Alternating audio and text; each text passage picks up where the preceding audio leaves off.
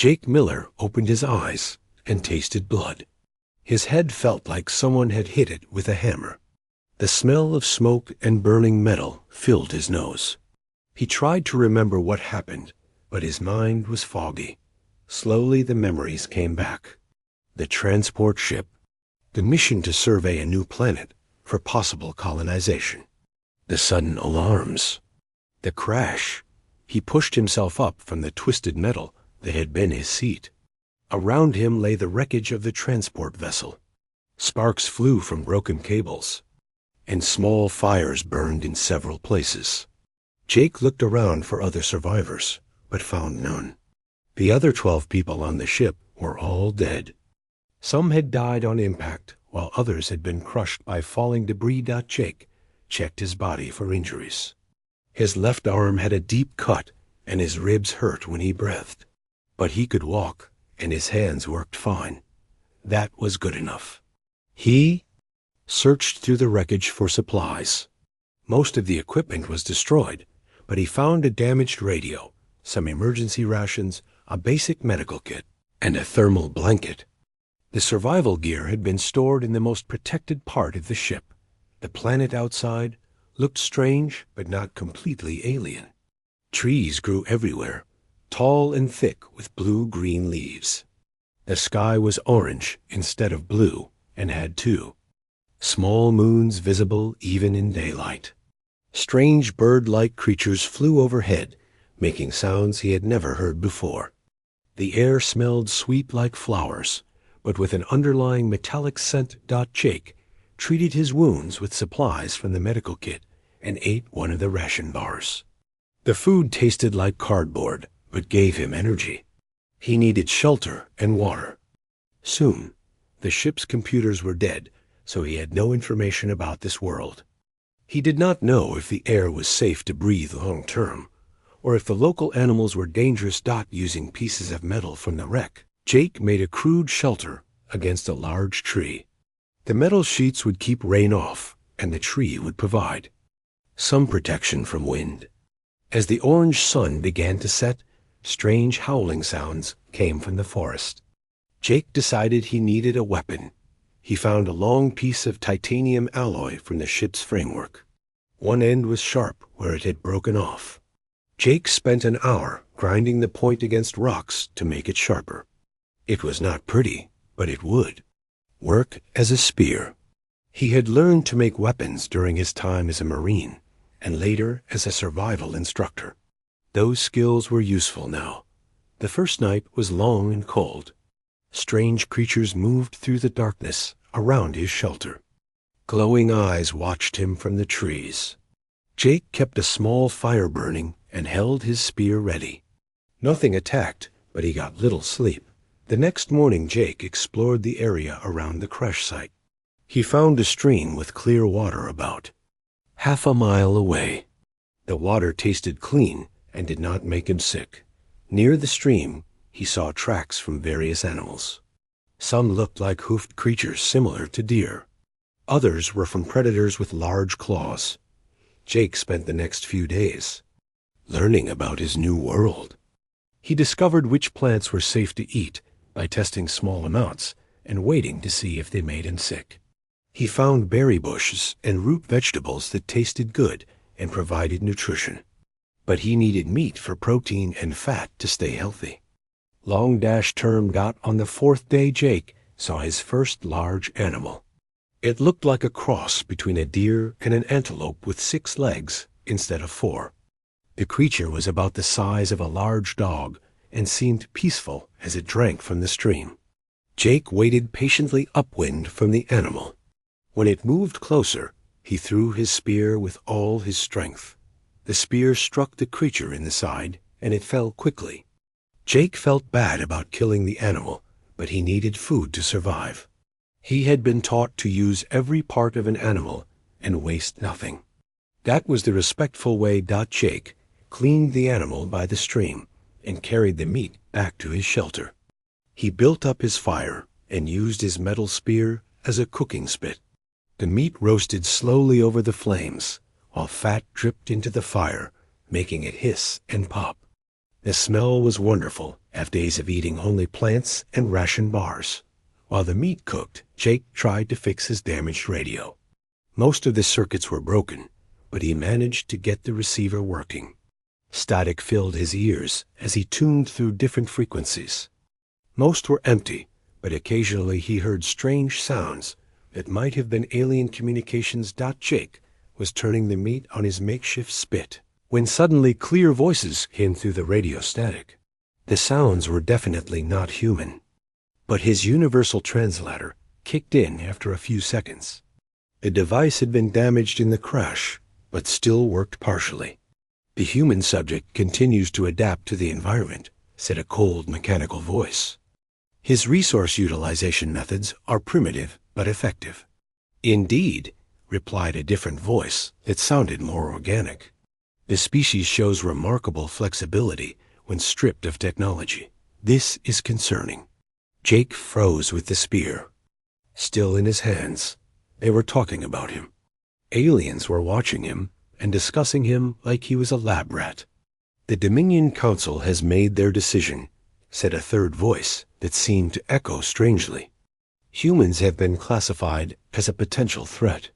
They are now on the list for evaluation and possible elimination. Humans are now on the list, confirmed the first voice. All colonies in the home world are to be assessed.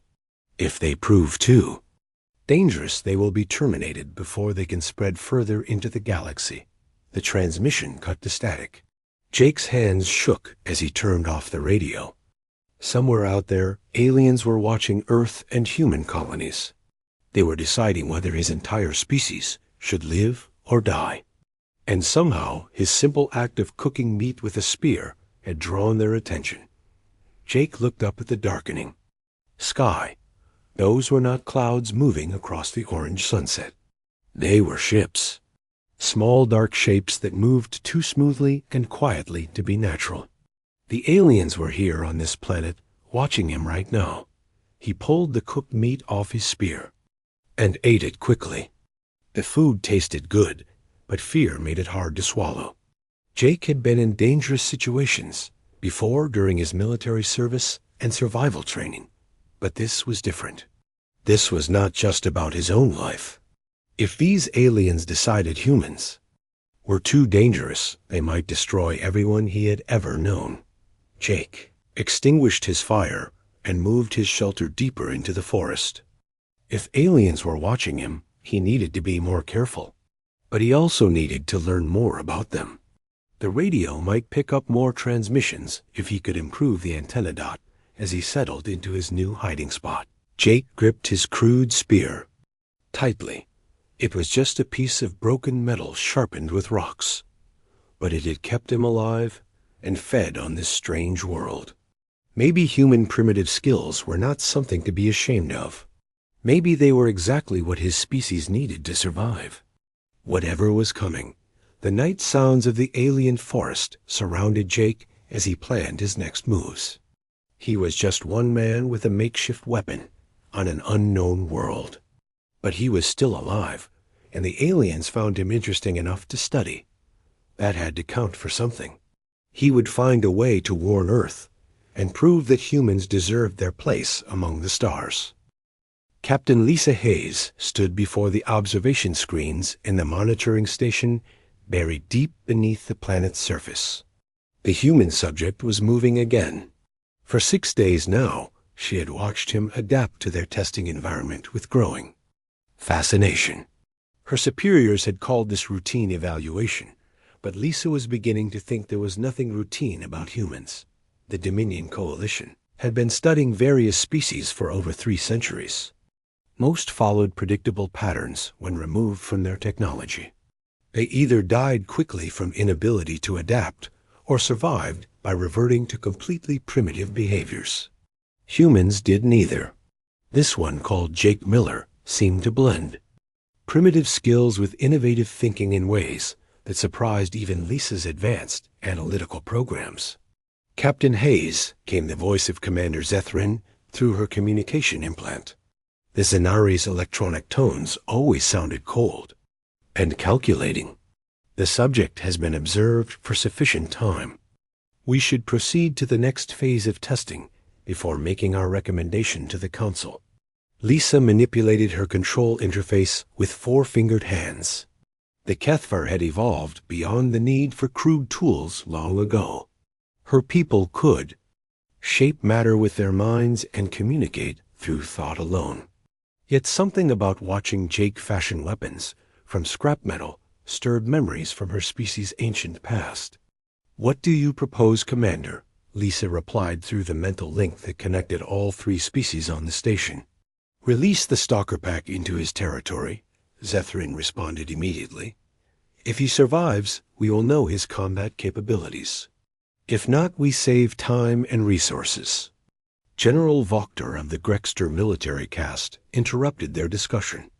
"The human has already demonstrated combat ability by hunting the local fauna. What we need to test is his response to organized threat. I suggest we introduce environmental challenges instead: food scarcity, severe weather, resource competition." Lisa watched Jake on her screens as he worked to improve his shelter using branches and salvaged metal. His movements were efficient and purposeful. Unlike the Zanari, who calculated every action in advance, or the Grexter, who relied on brute force, Jake seemed to make decisions through some combination of instinct and reasoning that her people had lost millennia ago. "Both approaches have merit," Lisa said diplomatically. "But I believe we are missing something important about this species. Observe how he uses the crude spear." On the main screen, Jake was fashioning a new tool from metal debris.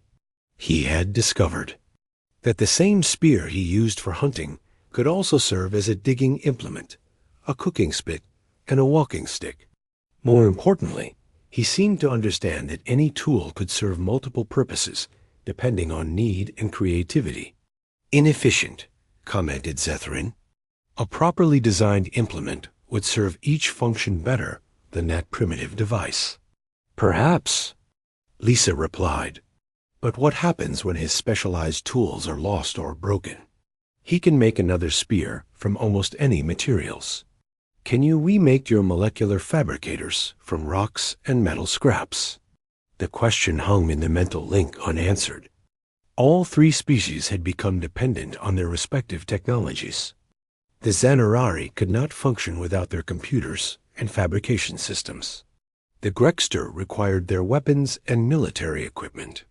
Even Lisa's people needed their mental amplifiers and matter manipulation devices for most daily tasks. Human is demonstrating adaptation characteristics similar to the ancient records," Lisa continued. "Perhaps that is why the Council considers them dangerous. The ancients had vanished from the galaxy over 50,000 years ago, leaving behind only ruins and cryptic warnings.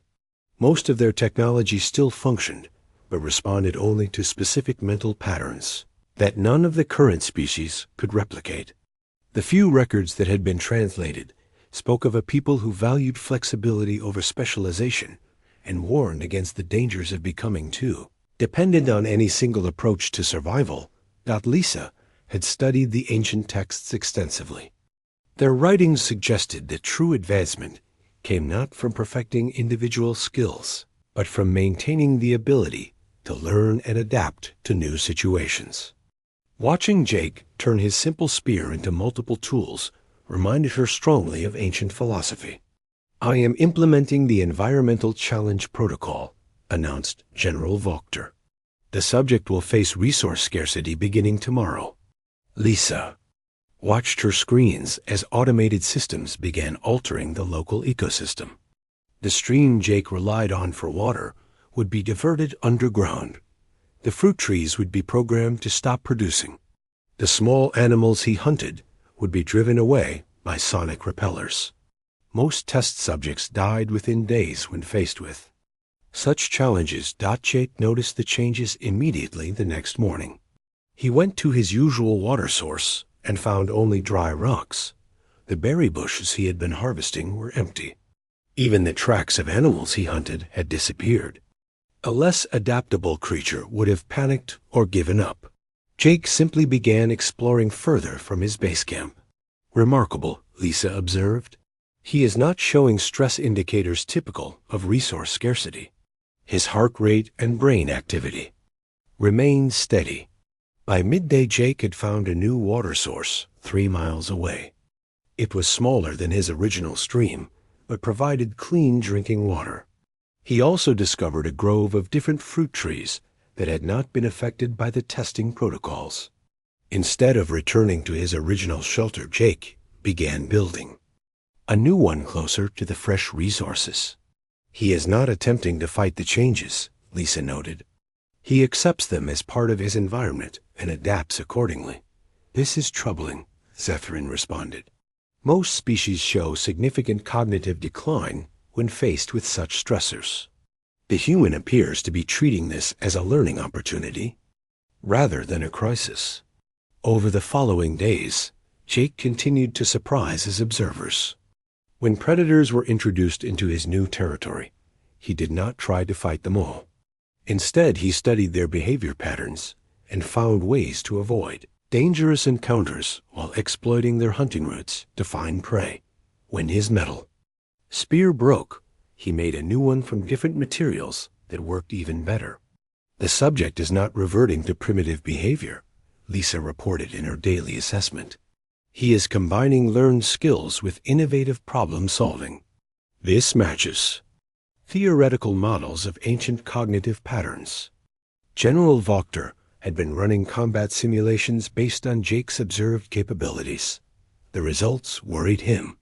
A military force composed of such adaptable individuals would be extremely difficult to defeat using conventional tactics.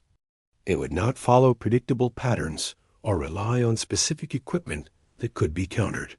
That assumes they maintain these characteristics when reunited with their technology, Zethrin argued. Most species lose primitive skills once they develop advanced tools. Lisa had been thinking about that question for several days. Human history files showed that even their most advanced societies maintained some connection to basic skills. They still taught children to make fire and find food without machines. Their military forces trained in survival techniques that assumed loss of technology. Unlike other species, humans seem to understand instinctively that advancement should not mean abandoning fundamental capabilities. I am requesting permission to expand the testing protocol, Lisa announced. I want to introduce a second human subject to observe pack behavior and social adaptation. Her request caused immediate debate among her superiors. Multiple test subjects meant greater risk if the humans proved as dangerous as feared, but it also offered more complete data for the Council's final decision. Approved, came the response after several hours, but maintained strict containment protocols. If either subject shows signs of technological adaptation beyond acceptable parameters, the test will be terminated immediately. Lisa began scanning for another suitable human. The Dominion had been discreetly collecting members of various species for years. Most were taken from remote locations where their disappearance would not be noticed. She found a perfect candidate in their holding facilities. Maya Rodriguez, a xenobiologist from a research station that had been destroyed in what appeared to be an accident. As Lisa prepared to introduce the second test subject, she wondered if she was making a mistake. Jake had already exceeded all expectations for adaptability and survival skills. Adding another human might reveal capabilities that would force the Council to classify his entire species as too dangerous to exist, but scientific curiosity overrode her caution. Lisa needed to understand what made humans different from other species. The answer might be found in how they work together when facing impossible challenges. Maya Rodriguez woke up on cold metal with her head pounding. The last thing she remembered was working late in her laboratory on the research station. There had been an explosion, and then nothing. Now she found herself lying in what looked like the wreckage of a small spacecraft on an alien world. The sky was orange instead of blue, and had 2 moons visible in the daylight. Strange trees with blue-green leaves surrounded the crash site. Maya's scientific training kicked in immediately. She began cataloging everything she saw while checking herself for injuries. Her left shoulder was dislocated, and she had cuts on her face and arms. But she was alive and could think clearly. Maya found some basic supplies scattered around the wreckage: a water container, some emergency food, and a partially functional scanner that could analyze biological materials. Her xenobiology background made her cautious about eating anything on an unknown world. She would need to test the local plants and water before consuming them. As she explored the area around the crash site, Maya noticed something odd. The wreckage looked too perfect, as if it had been arranged rather than randomly scattered by impact. Some pieces were clearly from a human spacecraft, but others seemed to be from different vessels entirely. This was not a crash site. It was a collection point. On her second day, Maya heard voices in the distance. Human voices speaking English. She followed the sound carefully, using her scientific training to move quietly through the forest. What she found surprised her. A camp with multiple shelters built from salvaged materials. 5 people were sitting around a fire discussing their situation. "The hunting is getting harder," said a man with short brown hair and military bearing. "The animals are avoiding this area now." "Maybe we should move the camp again," suggested a woman with blonde hair tied back in a practical ponytail. "We have good water here, but food sources are more important." Maya recognized the tactical thinking of trained survivors. These people had been here longer than her and had organized themselves into a functioning group. She decided to approach openly rather than continue hiding. "Hello," she called out from the edge of their camp. "My name is Maya Rodriguez. I think I might be in the same situation as you." The group reacted quickly, but not with panic. The military-looking man grabbed a metal spear while the others moved to defensive positions. But when they saw she was human and alone, they relaxed slightly. "I'm Jake Miller," said the man with the spear. "This is Amy Johnson, Ben Clark, Chris Taylor, and Beth Wilson. We're the survivors from 5 different ship crashes over the past 8 months." Maya felt a chill that had nothing to do with the alien air. 5 crashes. That's not a coincidence. "No, it's not," agreed Amy, who appeared to be a pilot based on her uniform. "We think someone is collecting humans for study." Ben found monitoring equipment hidden in the forest. Ben nodded and gestured toward a camouflage device attached to a nearby tree. "The technology is way beyond anything humans have developed. Someone has been watching us since we arrived." Chris, who wore medical insignia, examined Maya's injuries while she shared her own story. "I'm a xenobiologist from Research Station Delta 7, she explained. "We were studying samples from unexplored worlds when there was an explosion. I thought everyone died." "They probably did," said Beth quietly. "We were all taken from situations where no one would look for us. Remote assignments, solo missions, experimental projects." Jake poked at the fire with his spear while Maya talked. She noticed how he used the same tool for multiple purposes without thinking about it. The spear served as a weapon, a cooking implement, a digging stick, and a walking support depending on what he needed at the moment. "You've all adapted remarkably well," Maya observed. "Most people would have died in the first few days on an alien world." "We help each other," Jake replied simply. "Everyone contributes what they know. Amy understands navigation and weather patterns. Ben can build almost anything from scrap materials. Chris keeps us healthy. Beth knows which plants are safe to eat." Maya realized she was looking at something extraordinary. These 5 people from different backgrounds had formed a highly functional survival group, using nothing but primitive tools and human ingenuity. They had not just survived on an alien world. They were thriving. "I can contribute xenobiology knowledge," Maya offered. "I can analyze local life forms to determine which are safe to eat or use for other purposes. I can also help identify potential threats based on biological indicators." Over the next few days, Maya integrated into the group and began to understand their situation better. They were definitely being watched and tested. The challenges they faced seemed designed to push them to their limits without quite killing them. Food sources would disappear only to be replaced by new ones that required different hunting or gathering techniques. Weather patterns changed, suddenly forcing them to adapt their shelter designs. Predators appeared and disappeared according to no natural pattern. "We're lab rats," Amy said during one of their evening discussions. "The question is what happens when the experiment is over." Maya had been thinking about that question constantly. Her scanner had detected artificial structures buried deep underground. The entire planet seemed to be one massive research facility, but there was something else. The scanner also detected energy signatures that matched no known technology from any species in the Dominion database. "I think this place is older than whoever is watching us," Maya told the group. "There are ruins under the forest that predate current galactic civilizations." Ben's engineering background made him curious about the ancient technology. "Can we access these ruins? Maybe find something useful?" Jake was more cautious. "If we start messing with alien ruins, our watchers might decide we're too dangerous and end the experiment permanently." But Maya's scientific curiosity was stronger than her caution. "I think the ruins might be connected to why we're here. My scanner detected that some of the ancient technology is still active.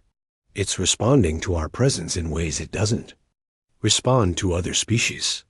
The group decided to investigate carefully. They spent a week locating and mapping the underground structures using Maya's scanner and Ben's engineering skills. What they found was extraordinary. A vast network of chambers and tunnels filled with technology that hummed with power despite being thousands of years old. Most surprising of all, the ancient systems seemed to recognize humans. Doors opened when they approached. Control interfaces activated at their touch. Information displays showed text that their universal translators could interpret, even though the language predated all known galactic civilizations.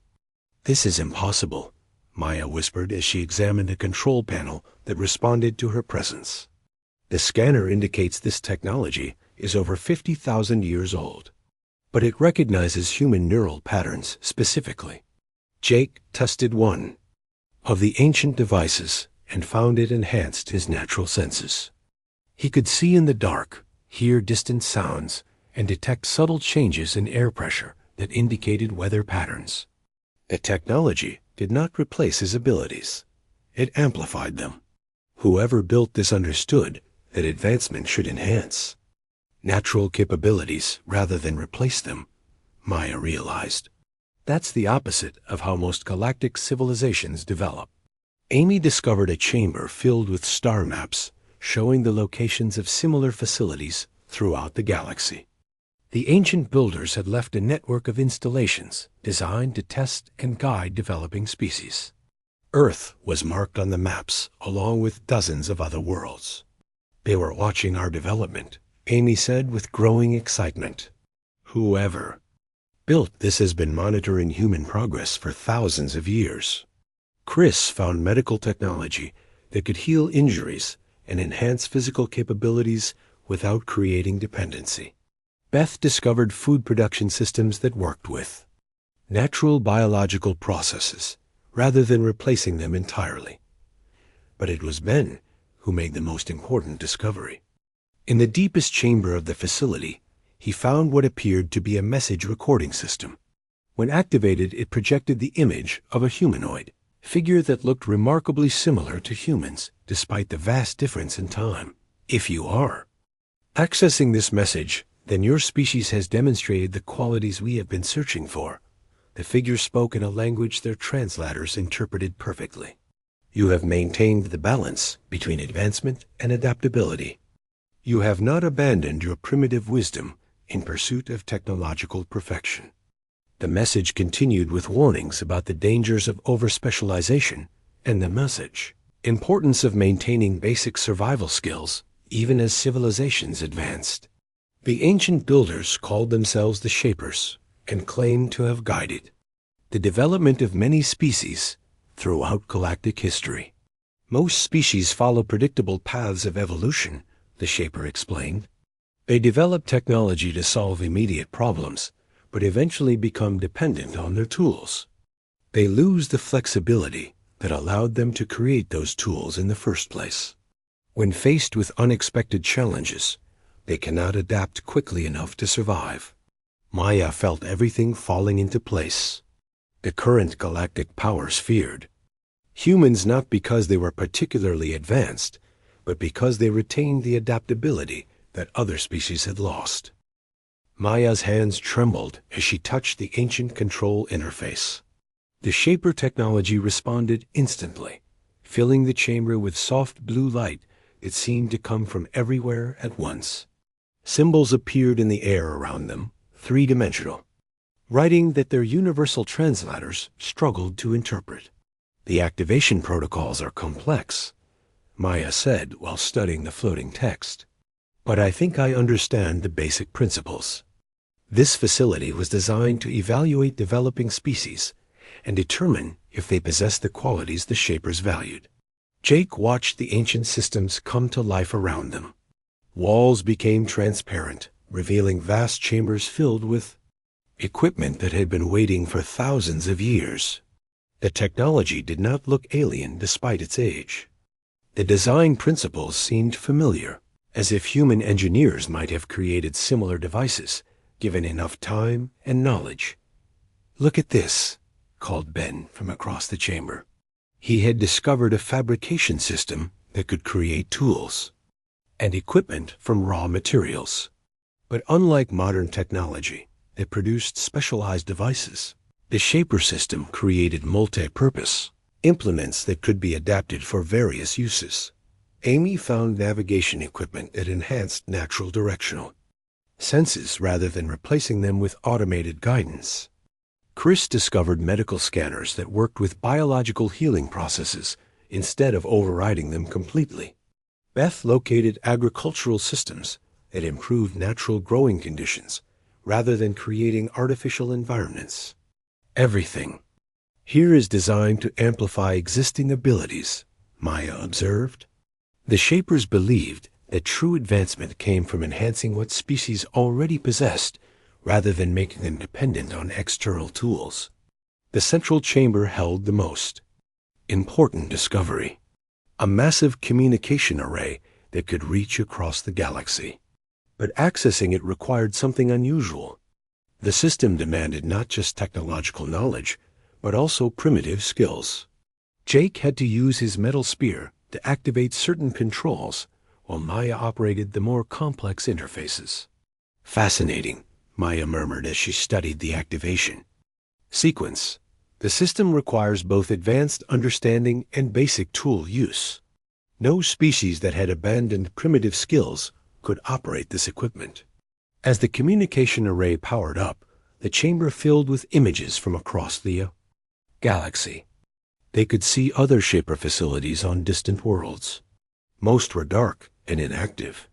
The species on those planets had evolved beyond the point where they could access the ancient technology. We might be the first species in thousands of years to successfully activate a Shaper facility, Maya realized. That's why the Dominion is so concerned about humans. We represent something they thought was extinct. The communication system revealed the current state of galactic civilization. The three dominant species of the Dominion Coalition had each evolved along separate paths of specialization. The Zanari had become masters of technology, but had lost all connection to physical skills. The Grexter had perfected military organization, but could not adapt when their standard tactics failed. The Kethver had developed powerful mental abilities, but had grown dependent on artificial amplifiers for most tasks. "They're all trapped by their own advancement," Jake observed. "Like someone who becomes so good at using a hammer that they can't figure out how to use a screwdriver." The facility's records showed that dozens of species had faced similar fates throughout galactic history. They would develop impressive civilizations, but eventually collapse when faced with challenges that required flexibility rather than specialization. The Shapers had tried to guide these species toward balanced development, but had ultimately failed.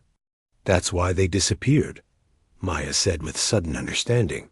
The Shapers didn't die out or transcend to another plane of existence. They gave up. After watching civilization after civilization make the same mistakes, they decided the experiment was pointless. But the records also contained hope. The Shapers had left instructions for species that might eventually achieve the balance they sought. Humans were not the first to reach this point, but they might be the first to survive it. The key was understanding that primitive skills and advanced knowledge were not opposites, but complementary aspects of true intelligence. Jake tested one of the Shaper enhancement devices and found his abilities expanded dramatically. His natural senses became incredibly acute. His physical coordination improved beyond human norms. His problem-solving skills accelerated to match his enhanced perceptions. But the technology did not replace his human nature. It amplified it. This is what they were searching for, Jake said in amazement. A species that could accept enhancement without losing its essential character. The other humans tried the Shaper technology with similar results. Amy's natural navigation skills became precise enough to plot courses through space without instruments. Ben's engineering intuition allowed him to understand complex systems at a glance. Chris could diagnose medical conditions with a touch. Beth could sense the health and potential of any living thing. But Maya made the most important discovery. The facility contained detailed records of the current galactic situation. The Dominion Coalition was not unified in their decision about humanity. Significant factions within each species were questioning whether elimination was the correct response. Captain Lisa Hayes of the Kethver has access to Shaper historical records. Maya announced after reviewing the intelligence data. She suspects that humans might be connected to the ancient builders, but her superiors are too afraid to take the risk of being wrong. Jake studied tactical displays showing Dominion fleet positions. They have ships positioned around Earth and every human colony. If the order comes down, they can eliminate our entire species within days. The communication array suddenly activated on its own. A familiar voice filled the chamber through the facility's audio systems. It was Captain Hayes speaking to her superiors in the monitoring station above them. The human subjects have accessed the primary Shaper facility, Hayes reported. This confirms my hypothesis about their connection to the ancients. I recommend immediate contact protocols rather than termination. Absolutely not, came the mechanical voice of Commander Zethrin. The humans have exceeded all acceptable parameters. They must be eliminated before they can share Shaper technology with their home world. General Voctor's voice joined the discussion.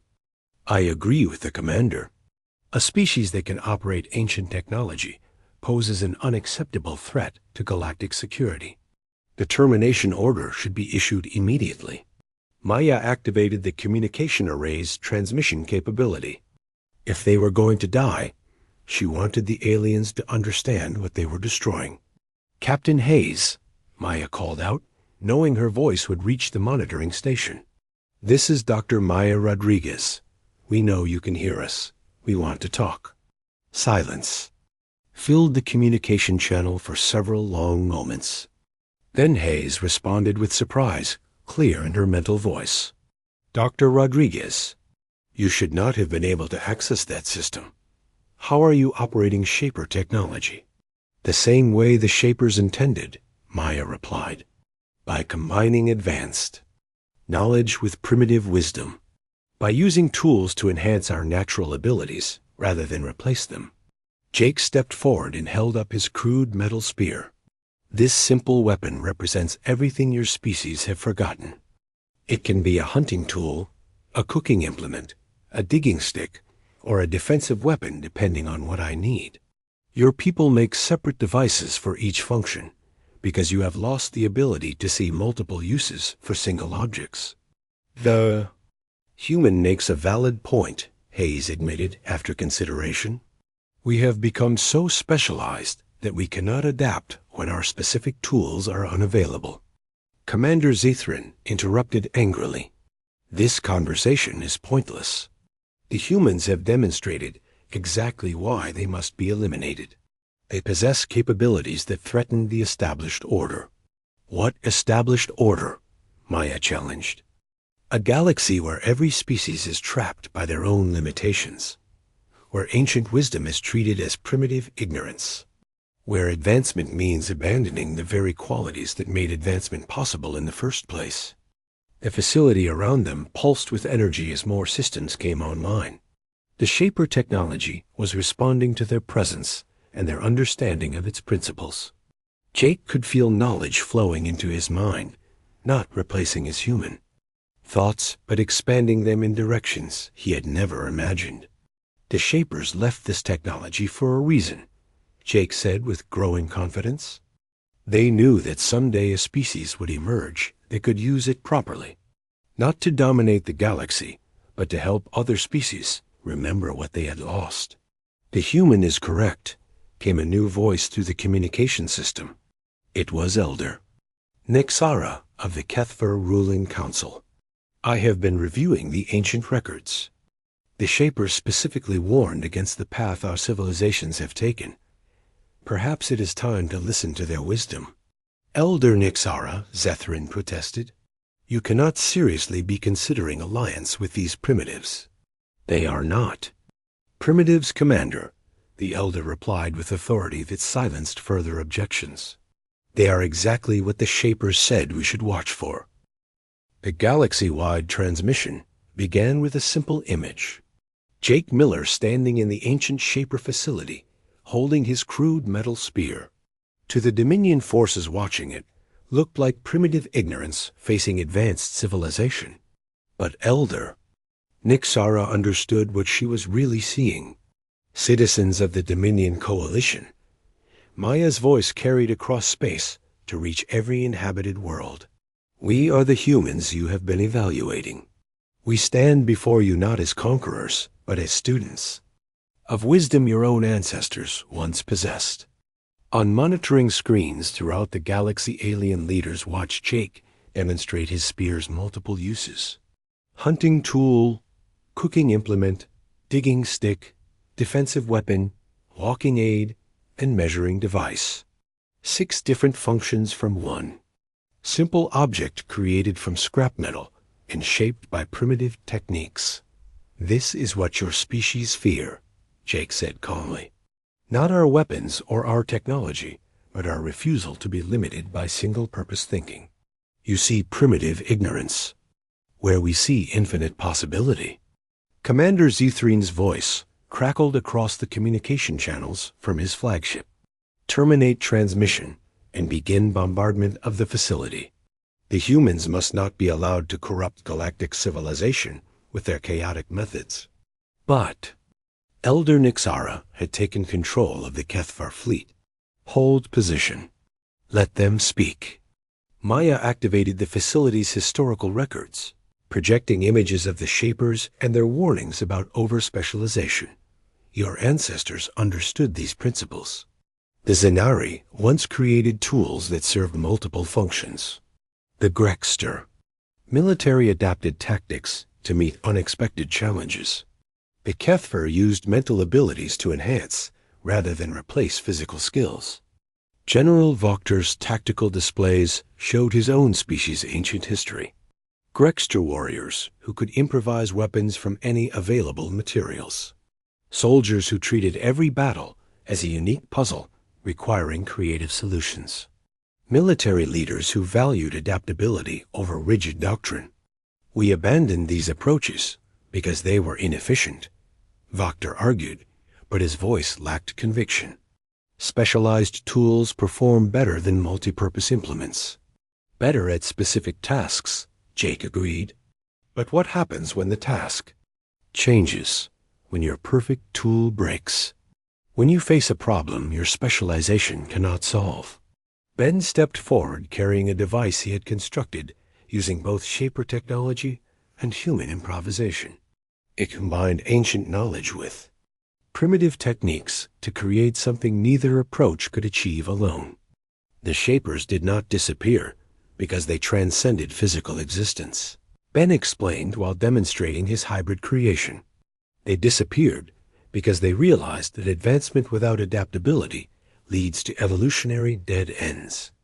They stopped building new facilities because they thought no species would ever learn to balance progress with flexibility. Amy showed star charts revealing the locations of dead civilizations throughout the galaxy. Hundreds of species that had achieved great advancement before collapsing when they could no longer adapt to changing conditions. "We are not the first to face this choice," Amy said, "but we might be the first to choose correctly. The question is whether the current galactic powers will let us try." Chris displayed medical data showing how Shaper technology enhanced rather than replaced biological functions. Your own bodies retain the capacity for adaptation that your minds have forgotten. The technology exists to reconnect you with these abilities if you choose to use it. Beth presented ecological data from the facility's biosphere, showing how the Shapers had created sustainable systems by working with natural processes rather than overriding them. The same principles apply to civilizations. Those that work with their fundamental nature survive. Those that abandon their roots collapse. The transmission reached its climax when Maya activated the facility's main display system. Images filled space above every Dominion world, showing the current state of galactic civilization. 3 species locked in rigid specialization facing, mounting challenges they could not solve using their standard approaches. "You fear us because we represent change," Maya said with growing passion. "But change is the only constant in the universe. Species that cannot adapt die. Civilizations that cannot learn from new experiences collapse. Technologies that cannot serve multiple purposes become obsolete." Jake raised his spear one final time. "This simple tool has kept us alive on your testing world. It represents human refusal to accept limitations imposed by narrow thinking. We offer to share this approach with any species willing to learn." The response came immediately from across the galaxy. Zethrin's hardline faction launched attacks on several human colonies while demanding immediate termination of the facilities. Occupants. But other Dominion forces moved to intercept these attacks, creating the first direct military conflict within the coalition in over 2 centuries. On the planet's surface, Jake and his companions felt the facility's defensive systems activate automatically. Ancient weapons that had waited 50,000 years for a worthy cause powered up to protect the species the Shapers had hoped to find. "We have to help them," Jake said as tactical displays showed human colonies under attack. "The Shaper technology can reach across space, but using it for war might prove their point about us being dangerous." Maya made the decision that would define humanity's future relationship with the galaxy. "We use the technology exactly as the Shapers intended, to teach rather than conquer, to defend rather than attack, to preserve rather than destroy." The facility's communication array sent not weapons, but knowledge across space.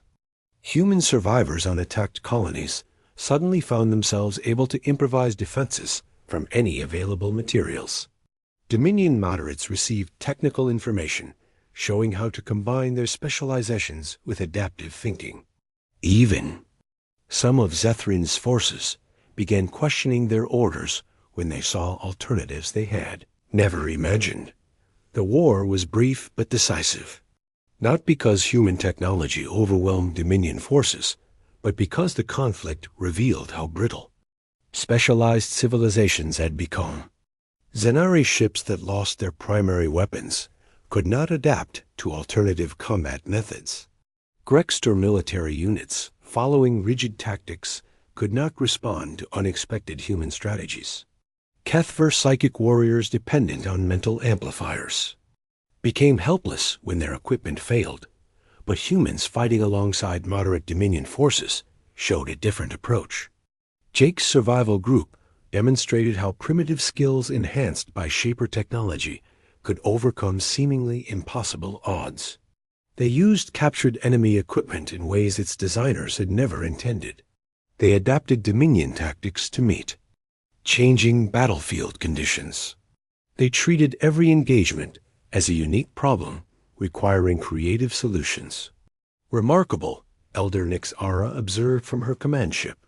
The humans are not trying to defeat us. They are trying to teach us. The turning point came when Ben jury-rigged a damaged Zenari fabricator to produce hybrid tools that combined multiple functions.